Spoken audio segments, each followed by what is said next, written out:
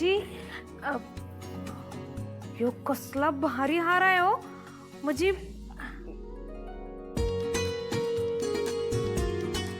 एक नंबर दिसायला बघा तुमच्यावर, होय की नाही निंगे? बरं कमळे, निंगे, हे आमचे पारंपरिक दागिने आहेत बरं का. हे सर्व दागिने माझ्या आजीला तिच्या सासूबाईंनी दिले होते आणि मग माझ्या आईला आईच्या सासूबाईंनी म्हणजे माझ्या आजीने दिले. मग आता हे दागिने रागिनी मॅडम कडे असायला पाहिजे की नाही? हो, पण तिला या दागिन्यांमध्ये काही इंटरेस्ट नाही आहे. कारण की तिचं असं म्हणणं आहे की हे ओल्ड फॅशनचे दागिने आहेत.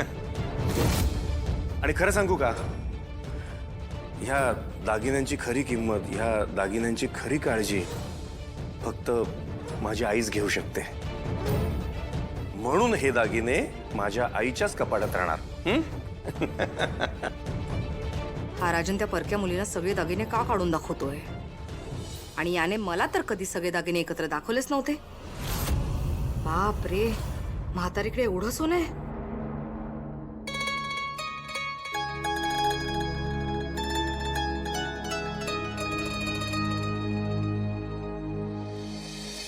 एक मिनिट.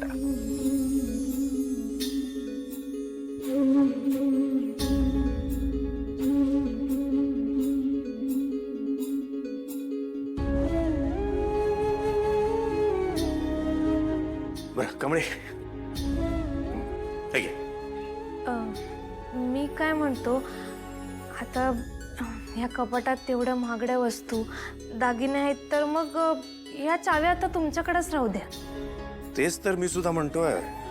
या कपाटामध्ये इतक्या मौल्यवान वस्तू आहेत, तर ज्याच्याकडे ही चावी असावी ती जबाबदार व्यक्ती असायला हवी ना. म्हणूनच तुला देतोय कमळे. आई पूर्णपणे बरी होईपर्यंत ह्या चाव्या तुझ्याकडेच असतील. घे. बरोबर ना? घे घे. बरं, मी आलोच.